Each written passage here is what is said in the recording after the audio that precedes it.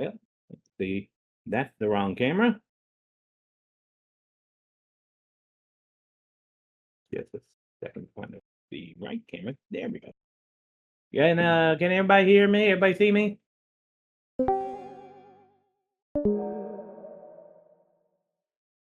I'm gonna take that again and we'll get started. Hello, my name is jeksenri. I am the game master of both Unicorn and Guinevere, respectively, on Fate of Fleet and Sim Central. And most of this is gonna be me just talking about the ideas behind Guinevere, what went into it, and what ideas I pulled to make it one of the more inclusive and diverse Sims that has been made in the last few years. I'm not saying that there hadn't been some awesome Sims, but I just wanted to go through my thought process.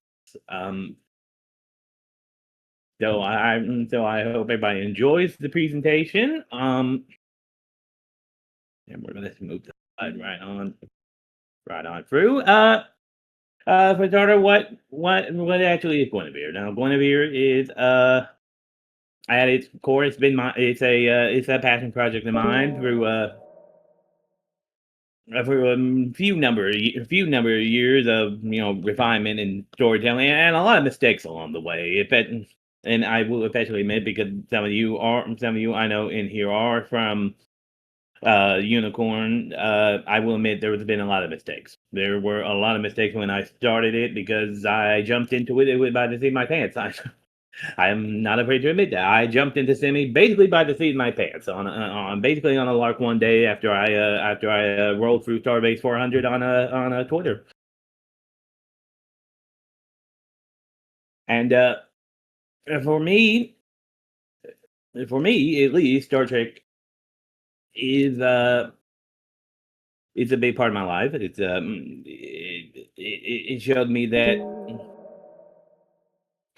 the future can be hopeful, can be optimistic, can be things that we know can and will happen if we work towards it. At least for this presentation, I'm going to go over my specific inspiration and idea, the choice of the ship, the choice of Guinevere as the ship, and how it fits into its wider narrative. And at its core, the diversity is a natural evolution of its story. And what I felt were some mistakes that Trek has made. Not necessarily that they're bad. It's just it could have been worked out a little bit better. At least in my own personal opinion. And so, what do I mean? What do I mean when we talk about diversity? At least in Star Trek, it can be summed down into infinite diversity and infinite combination. The Vulcans nailed it to a T.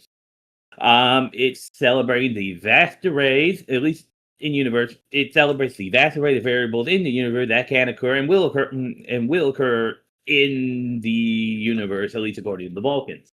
And I feel that, and even in today's world, that diversity happens, will happen, can happen.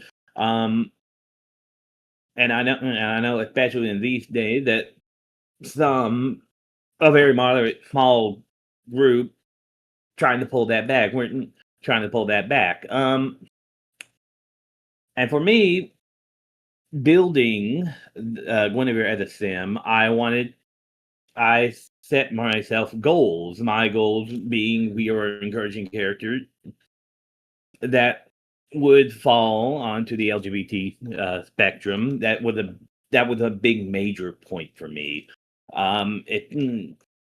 Especially because in a lot of ways, some of the space that we are occupying, I see a decline, and it's not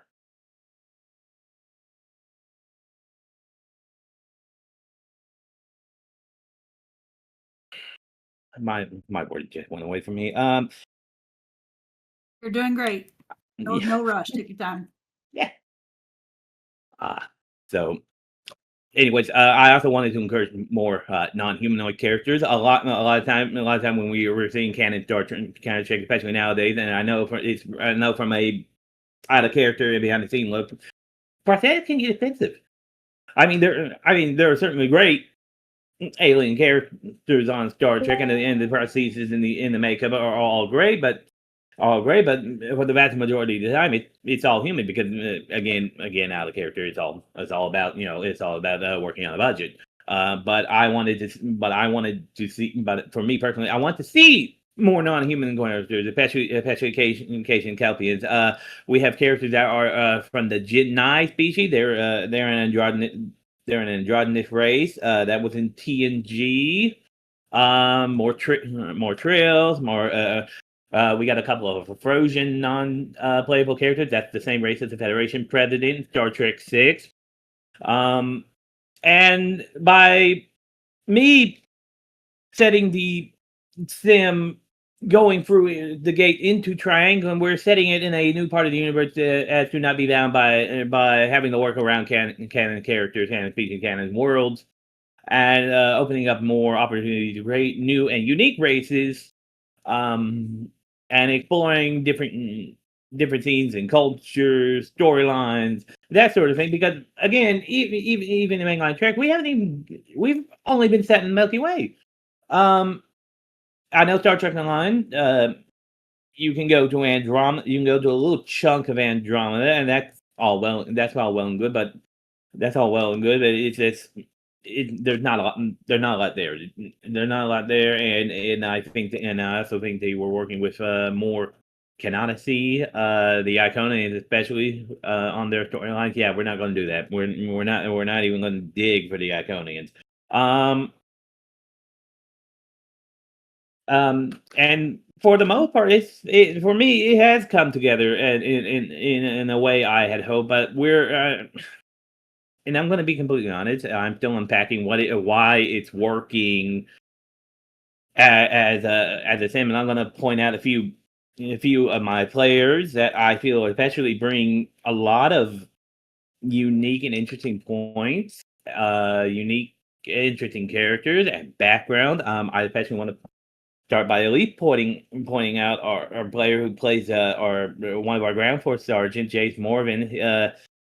Their 8-part log series on their upbringing and backstory is has been some of the best sim writing I have seen,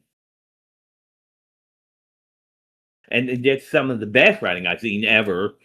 Um, their character was born on Turkana 4, for I'm a big nerd, so forgive me. I'm gonna deep reference a lot of things. So Turkana 4 is the homeworld of Tasha Yar from TNG. It's a world that has been in the gulf of a civil war for the last 60, 70, 80 years. It's a deep, and especially when we compare their character to Yar, they've both fled this world because the violence of their upbringing informed their character and informed them getting away from it and trying to find safety and solace in the Federation. Especially, and the trauma that informed their character as they have written it makes this character one of the most unique characters. And I feel that that in itself too can be diverse because when we have strong characters that we can relate, that we can feel sympathy for, feel connected with, and it makes our passions for these sims that much better. I also want to also dive into how the crew interacts with each other, because even with the characters that work well together, we also have to have a crew that really work well together from and collaborate from their various different points of view, different points of life, different points on many other things. And if we have this crew that works well together, it makes the sim that much more richer. And that was also one of my big goals. I want to work with. I like working with everybody, but if there's friction, if there's things like that, then simming doesn't work. It's a lot like a job. It's a lot like a job. If the job doesn't work, then everything collapses. Um, so the main so in the main story is Guinevere, we're setting this in a time frame that's already very chaotic. I chose to set it in the 2384, 2389 period because of the chaos surrounding the Romulan supernova. The Romulan supernova that has basically thrown the galaxy into upheaval. The Romulan Empire has collapsed. The neutral zone had become a violent, lawless place, and that I know that many of us have opinions on the whole Romulan supernova thing. I think it worked just a little. I just don't like that. I just don't like that the whole of Romulus and Remus were just wiped off the table. Because they were already a deeply rich adversary race that had a lot of potential, even had a lot of potential, and especially in their shaping of the galaxy. Without the Romulans, we wouldn't have the Federation. Their linchpin moment was the Earth Romulan War. And that also informs the story because through at least my characters, and at least through my character, and through some of the backstory that leads up to Guinevere. So so as the main story progressed, we are working through the pilot episode. Now, as the main story progresses, we are going to find that this board gate has been dormant for X amount of years. I really haven't decided that. But as they discover this gate will lead to a point in Triangulum, opening up a whole new set of question of why exactly was it built? Why did the Borg build it? Why did they choose a whole different galaxy? And even are the Borg even native to the Milky Way? Um, that's why I wanted to explore. I also want to explore the more emotional, human sided. Well, I don't say I mean human as a concept, not as a species.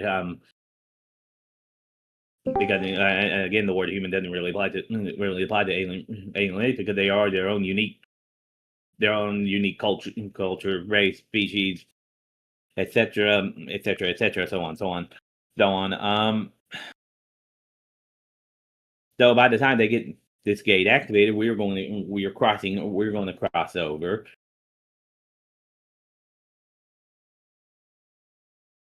and basically go on for there. At least for the first part of the pilot, it's mostly going to be calm. It's mostly going to be calm. We're going to stumble. Obviously, we're going to stumble. It's going to be a bit like going to be like Voyager, but we're not going to strand them there. I'm going to make that clear. We're not stranding them there. We're not just going to rip off Voyager and just keep them in a whole different galaxy without no way to come home. Because accounting for at least 2, 3, 4 million light years, the void of deep space. They're not enough fuel. They would basically be stuck there forever, and I didn't want that. It is also I also wanted to pay tribute some of the fan fiction series that came before us, especially with my choice of Guinevere as the ship she is. It references Hidden Frontier, which is a fan series made in the early 2000s, and it's also one of the first fan series to depict LGBTQ characters. Way before Discovery even was a thought, which again, this is the early 2000s. This is still in the height of the Berman era Star Trek, and again, there's a lot of opinion on how Berman ran Star Trek, which I really don't want to get into. It's just let's just say that too had its issues. So learning from those different opinions and different storylines, I set about the task of trying to build out what I wanted out of this sim from that. And I'm going to be as openly blunt as possible. We're still making mistakes. Running a sim, you're going to make a lot of mistakes. It's just a natural thing that's going to happen. You're going to make mistakes. You're going to stumble. You're going to find that maybe this story doesn't work, and you're going to have to go to this story. You're going to find that you're going to lose character, and you're going to have to adjust on the fly. I know I certainly lost it. I've certainly in the last few months have lost people and characters, and so everything is, even for the second diversity, is still a learning. It's still a learning job. Now going to characters, I worked a lot both on my characters and I worked together with with the player who's my chief science officer on Unicorn. He was a big help in building a lot of the lore, and especially with the two characters together. So at the center is Elias. Elias comes from a Starfleet family. They are as Starfleet as they come, and I wanted him to be informed by the weight of the legacy of this family. This family has been in the Federation since way before its founding. It also, and that informs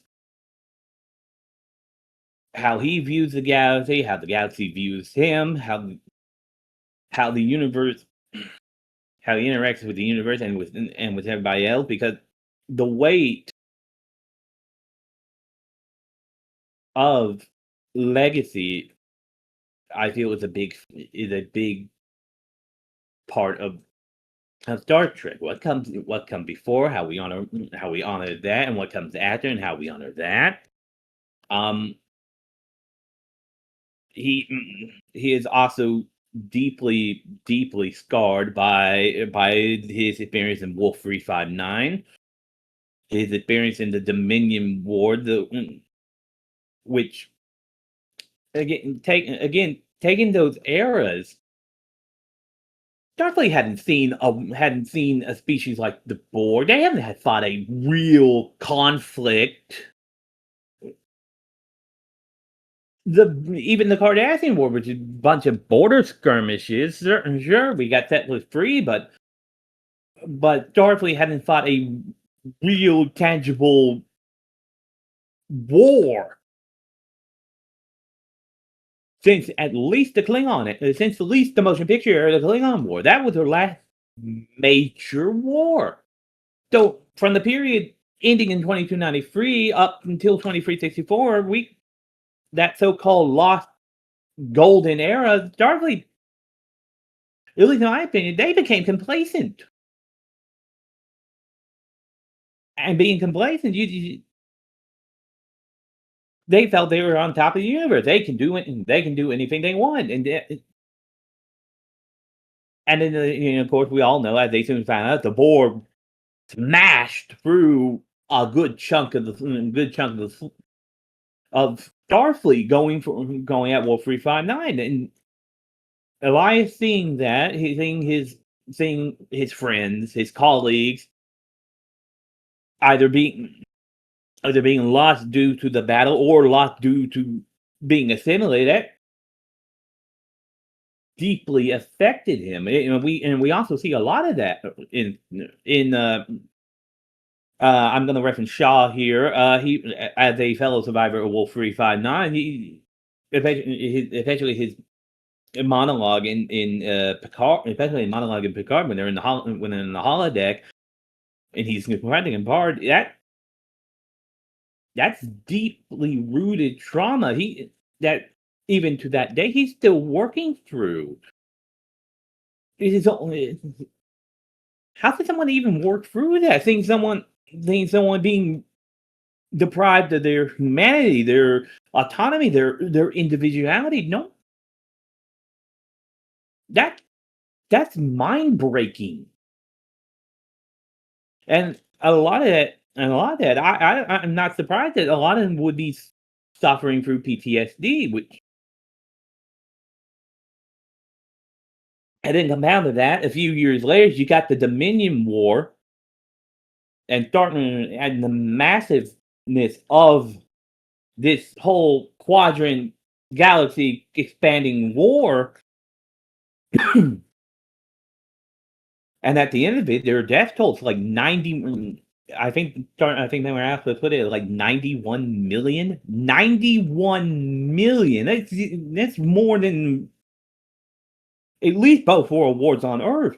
Starfleet hadn't seen that kind of casualties in an entire existence.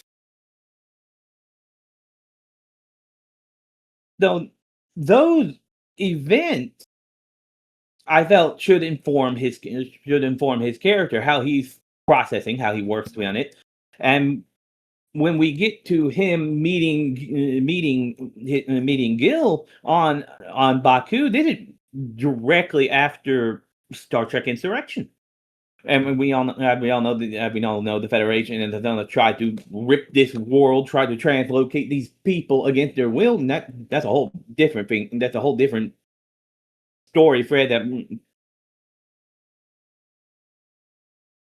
that I also am probably going to explore in a future episode. There's because even that in itself is a how do you even go forward? How do you even go forward with that? The Federation tried to rip these people from this world to harness this metaphasic radiation,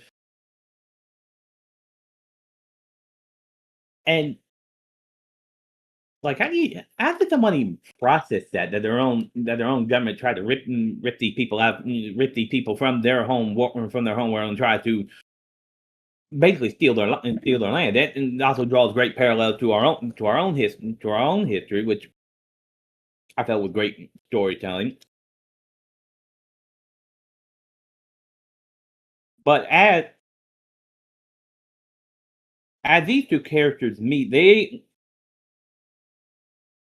Elias is stationed at Baku during the immediate aftermath of these events, where they're building Outpost 40, which will eventually become Deep Space 12, which will eventually become setting a hidden frontier, which we'll eventually use as the home as Guinevere's home port. I mean, we'll reference going back and forth through there several different times throughout the same lifespan. I'm going to warn you now.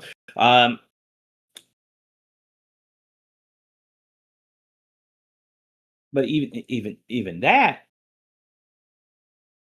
Gil and his backstory, he's trying to escape. He's a scientist in the world that has basically gone through this whole Aquarian Martian sort of deal that we see in the movie. He's more analytic.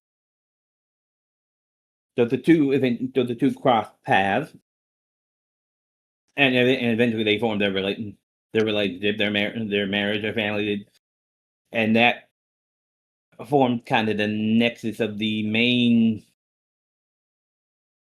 They're not the main focus, they're one, I want to say 1/6 of the characters we're going to be relating to, at least the big ones.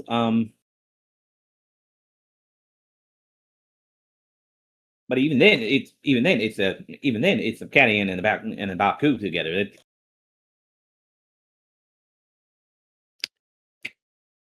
I like my wording it.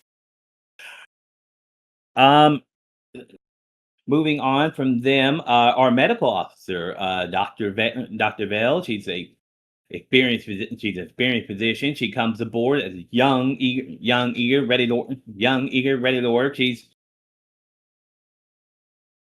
She finds she finds herself through the years she finds her own path of life from the time from the time she comes on board the ship in 2385 to 2389, where the stories take place.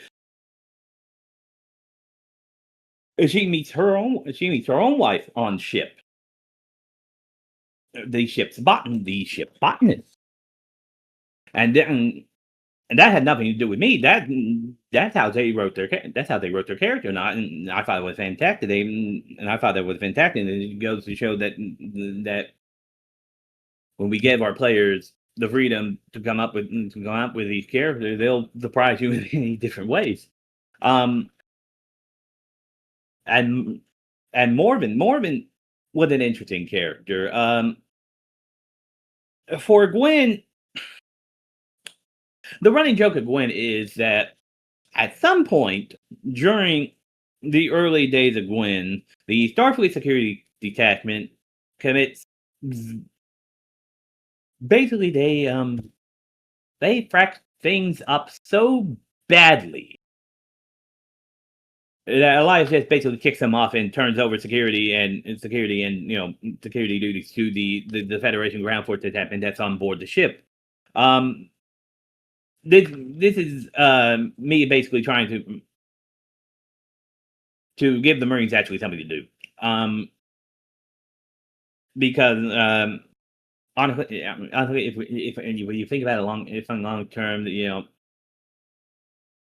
I feel that if you don't exactly write like real a lot of combat, a lot of shipboarding, that sort of thing, that they're not gonna have anything to do because let's face it, even having a Marine or a ground force detachment, it can be a little controversial. Starfleet didn't necessarily have a army, so to speak. That's one of my big pressure points when I talk about Deep Space. When I talk about Deep Space Nine, the Dominion War, they're sending they're sending regular security forces to fight these massive battles, and one of my things is like, yes, you're going to take these kind of casualties. But go on, you're sending officers down there. You're sending officers down there with barely any type of combat training. I mean, yeah, they got more combat training than their average line officer, but again, Starfleet hasn't fought a real prolonged conflict and even its entirety of its existence. Even the Klingon Burnham War didn't reach that kind of level. It was mostly ship to ship combat. So they have no idea how to fight a holding action. They don't have an idea how to fight ground troops. Even with the Klingons boarding in the way of the warrior, they're all having to use improvised weapons. They're grabbing off the Klingons. That's not what. And I felt that there needed to be some. I needed to address that. I feel like I needed to address that in my. So that's why we have the Federation Ground Force, which is also the same unit that Colonel West in Star Trek 6 was part of, or at least that's my interpretation of canon. I'm not actually sure how true that is, but that's what we're going with because he is using an army Marine rank, where we have to assume that he is representing some type of ground based force. Especially given his presentation on Operation Return, trying to get Kirk and McCoy back, and then it's ultimately not having to happen. but that's not even here now. Uh, Going back to Morven, though, with his upbringing on Tirana 4 and being informed by his upbringing and his involvement in the Civil War that ravaged and still ravages Turkana 4, he's a very isolated character in terms of how he interacts with the crew. He's very reserved, very closed in. The best quote that they wrote on him is, "Life within the Federation was a shock to the system. The order, the abundance, even the absence of casual violence felt as alien to him as any new world." And that was a sucker punch, because even people from different planets can have different opinions, even on the Federation. He's coming from a world that is ravaged by violence almost every hour of every day. And we see a little bit of this in TNG when the Enterprise goes to Turkana 4, they meet Tasha's sister and all of that. They see a bit of what is happening on this world, and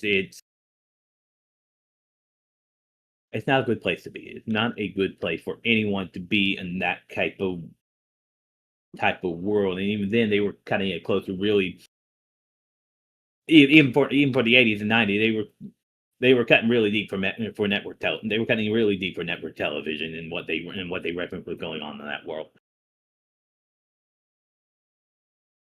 And to have him choose to be a part of what is essentially the Federation Army also informs how he interacts with everybody else. He's viewing the Federation and his shipmates in the terms of a survivor still working through the trauma. There's a lot of characters here that are working either through their trauma, either through trying to find their direction in life, trying to find their place in the universe.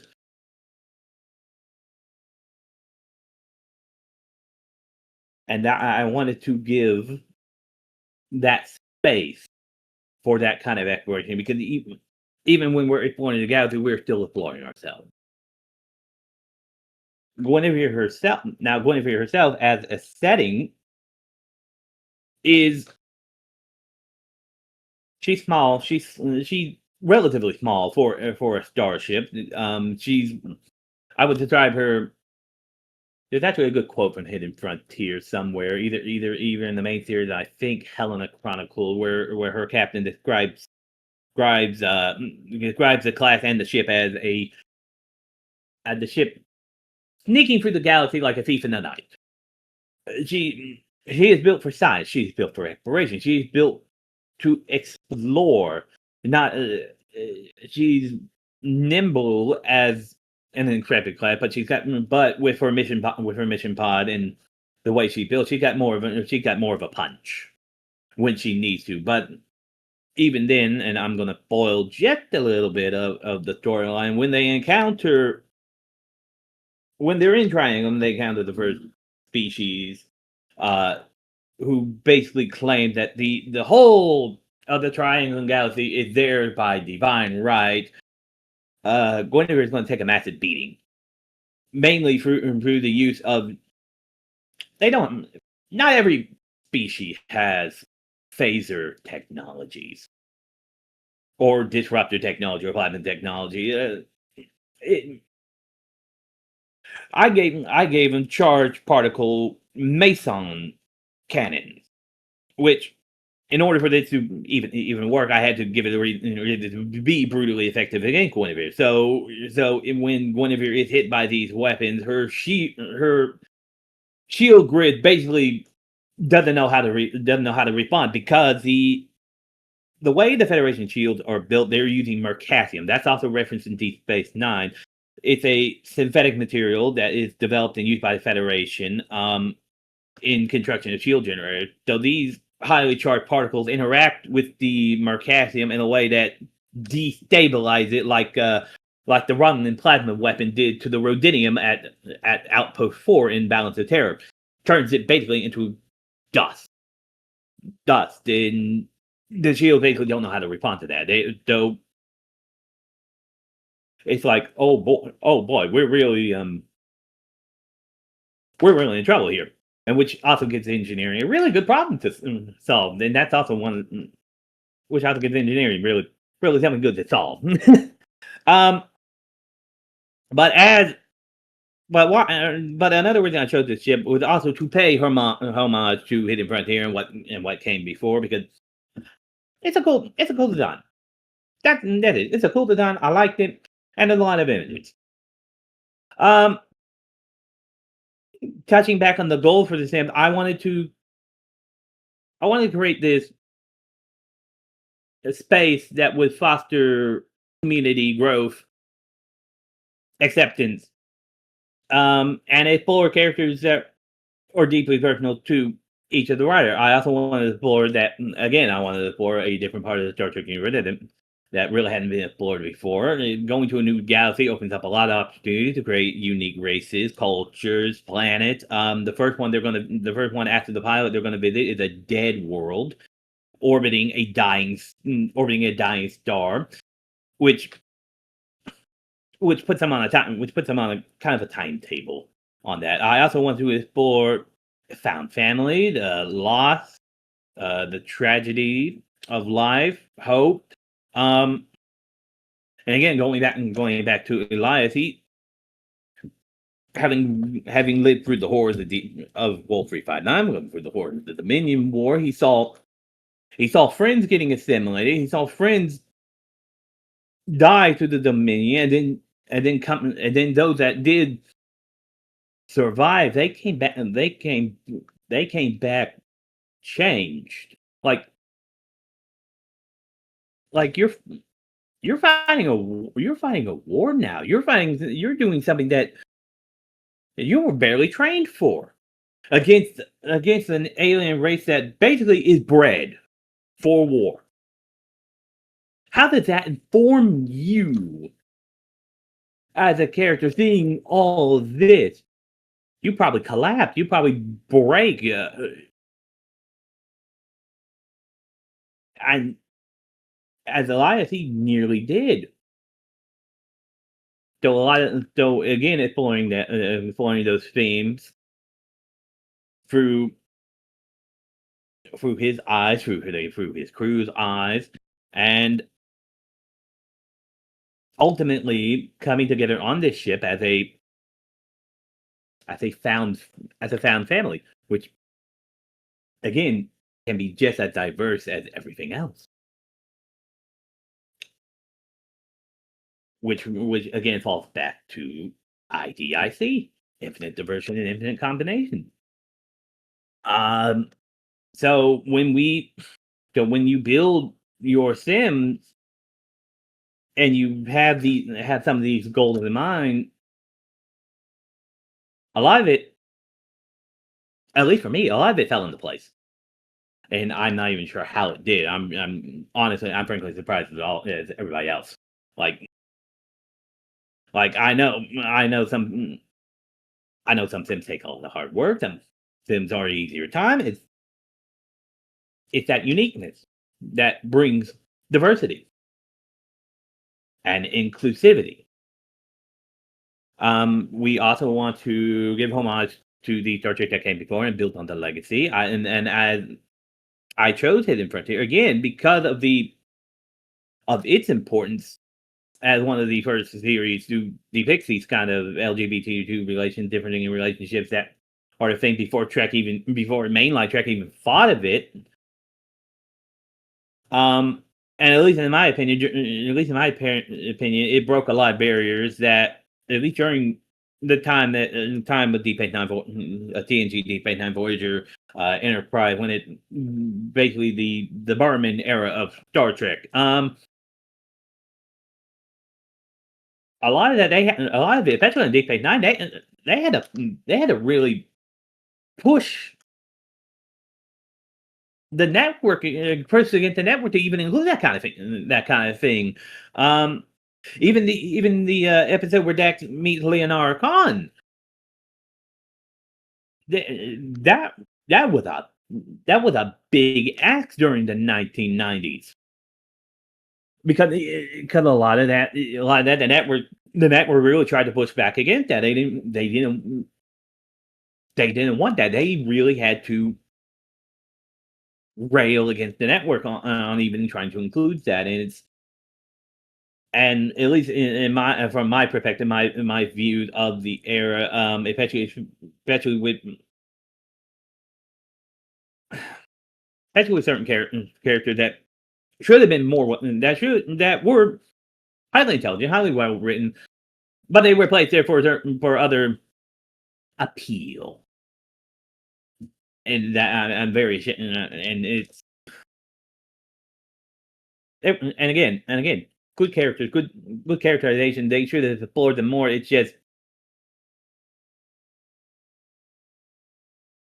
they were trying again. They were again out of universe. They're trying to pull. They're trying to pull in rating from the Pacific segment 1849 males in 1849, which is the big which is a certainly a large demographic. Not necessarily all demographic of Star Trek, but it certainly is a good. They're looking at it from a net. We're looking at it from a network point of view, and I certainly felt that no, we don't need to do that. We need to focus on the broad picture, on developing characters that were more complex and just being there for appeal. Um, and also even the name Guinevere is a reference to the Sojourn, which again which also I highly recommend. I highly recommend this if you haven't listened to the Sojourn. It's a very fantastic. It's a very fantastic series. I can go on for days. I can go on days about it. It's also a very great great representation in the LGBT community. Through their main cast as a lesbian couple. I I felt that. I I like that. I enjoyed that. And it's also highly relevant. It was written by the same guy who does Spec Doc, which is a wonderful YouTube channel. And of course, it also catches that itch of the whole Master and Commander, Star Trek, it meets the advanced sort of thing. Which I think is cool. It's what season 2. It's got Dominic King from Enterprise, which not necessarily a selling point, but it's just an interesting little tidbit. um, so writing. I had to learn from my mistakes. When I started Unicorn in December of 23, I basically kind of just jumped into it. I jumped into the deep end without actually considering what actually went into a sim, and I'm going to freely admit publicly that even still to today, I'm still making mistakes. I'm even still making mistakes with Guinevere. Um, and one of the mistakes, again, my biggest mistake is going in without a clear outline. And that cost me a lot of time because we were stuck in the dry dock, space dock for a good number of months, and without having it actually go and do something, which was cost me lose quite a few players in the beginning before we stumbled out of the gate. And when we could have been spending more time engaging with the main story of the Earth Bombing and War, with Guinevere, I built an outline. I'm not saying that's how all Sims should be made, but at least for me, having that outline that okay, this is where we want to go, this is what we want to do, this is the steps we're going to take along the way. It allowed me to actually get the wheels going a lot faster than how I did with Unicorn. And also,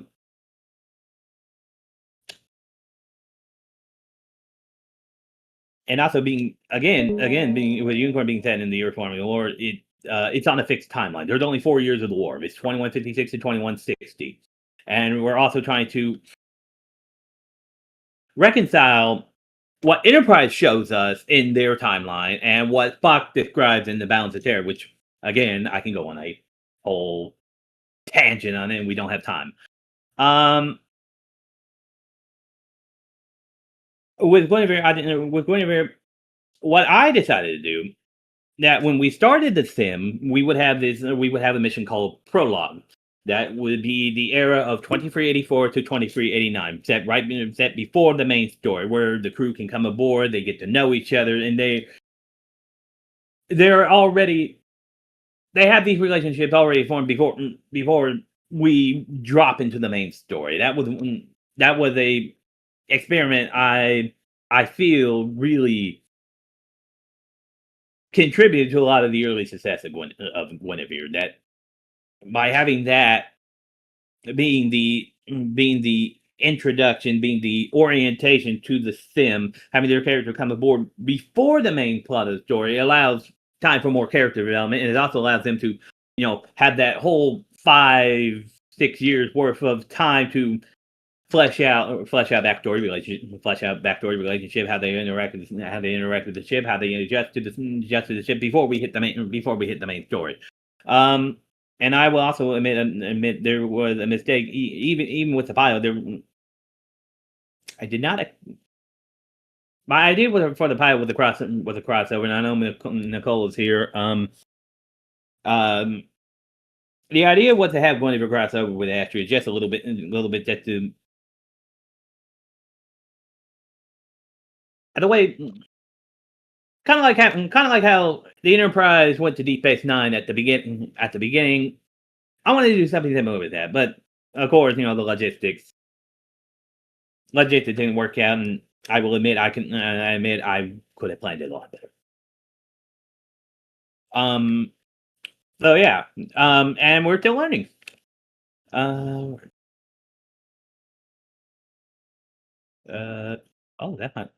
the last slide. Okay. Yeah. So I've rambled for about 45 minutes. Anybody have any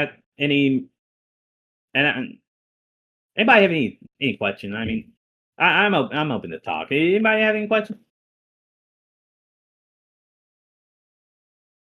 Or can they actually talk there, Beth? Or Yeah, folks, you're welcome to either add questions in chat, or if you have done the react for unmuting, you can do that too. I mean, you and I have talked about this quite a bit, so yeah, over the last week, I feel like both have many good questions. Yeah, asked you all of my questions. But yeah, I appreciate, as I was thinking and you were commenting on being a GM and having made mistakes. I think that's probably the truest, most honest thing that anybody who's ever been a GM can say. I know that I've never been a full GM in the sense that I've never been the singular one running a game, but I've been an AGM on quite a few games, and it's really a learning process throughout. So I appreciate you kind of pointing that to the learnings you've had over time, because I think that's just that there's so much that we can all take from those things to really, improve our own games too. And especially for me, coming at this, my previous experience as a game master was mostly Dungeons and Dragons. We stored, self-contained, campaigns and one shots, which I'm going to admit, it feels a lot like that. It feels a lot like Dungeons and Dragons, just without the dice, just without the shiny math rocks. Not that we don't like shiny math rocks; it just doesn't come up a lot with simming. Some of us possibly collect shiny math rocks. I actually know some folks who do use shiny math rocks to help make decisions on their games. I don't know if any of them are in voice chat here, but I know a couple of folks over on Sim Central have described doing that before. What can I NC? He plays my medical officer in Unicorn. Love him to pieces. what can you tell someone who might be a new GM or AGM? You're going to make, again, we're going to go back to, you're going to make a lot of mistakes. It's just the truest thing I'm ever going to say. You are going to make mistakes. You are going to stumble. You're going to stumble somewhere. You're going to lose players. You're going to lose players. You're going to have to ban some players. Rolling with the punches. Coming at this as REO Speedwagon said, roll with the changes. Some things are not going to work out. Some things will work out. Some things are going to work out great. Some things are going to work out terribly. But knowing how to adapt will certainly make things a lot easier. Has been the time. It was the time that I'm never doing this again. And learning, and especially if you have run a few sims, you may have had a sim that closed, a sim that might be needing improvement.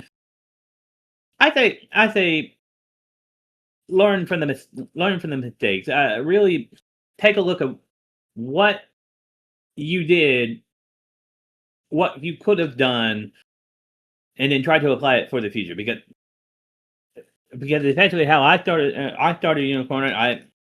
I had the Vegas of outlines, and we're still chunking through. I'm gonna admit we're still chunking through the fandom history of the Earth Rising War. It's actually a project called In the Raptor's Claw. It's actually a group project over on Tranquility Press. They're a Star Trek community group that basically does a lot of fandom histories. They were responsible for the World War 359 project. We even gave the board. That's a wonderful thing. I'll post the links to those PDFs somewhere. In the Raptor's Claw, Edge of Midnight, which chronicles the Klingon Cold War from its beginning to the 2293. That's a wonderful project for TOS and TNP fans. It's very well written. I can't praise them enough. Though yeah, when I started Unicorn, I wanted to kind of follow it, but of course, as the project wrote it, as the group of us wrote it, some things changed, some things differed from my original suggestions to them. So we're kind of cobbling together where Unicorn's going to go, because even in the mainline project, Unicorn Yorktown class hadn't even shown up yet. I'm kind of breaking history just a little bit, because I'm trying to interpret again multiple fandom histories, multiple non-canonical histories, and also trying to figure out what Star Trek Legacy put in these ships.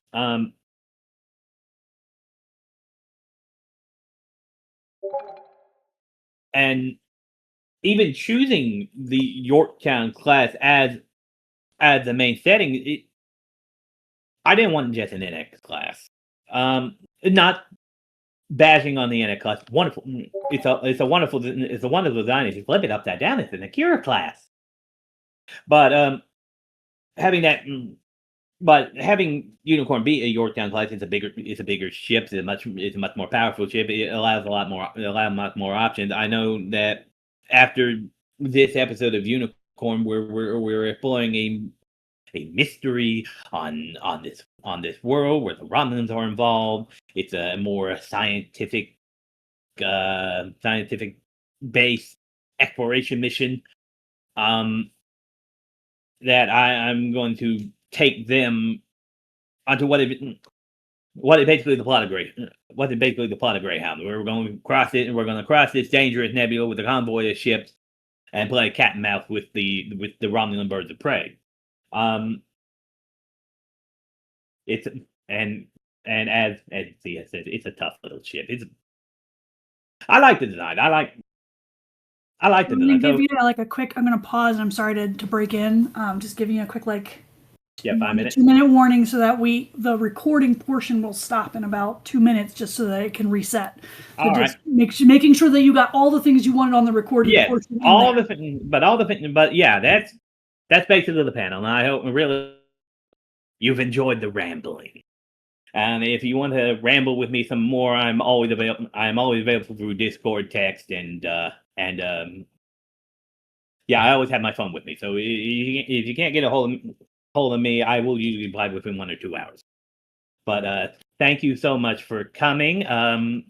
If my little miniature, I hate that my miniature me can't wave because it doesn't have the arm animation, but I am waving to the camera.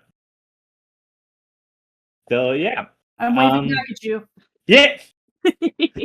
But thank you for coming to this. It really, it's been so much fun. I'm actually not sure what to do now, so I'm just going to cut off my camera now.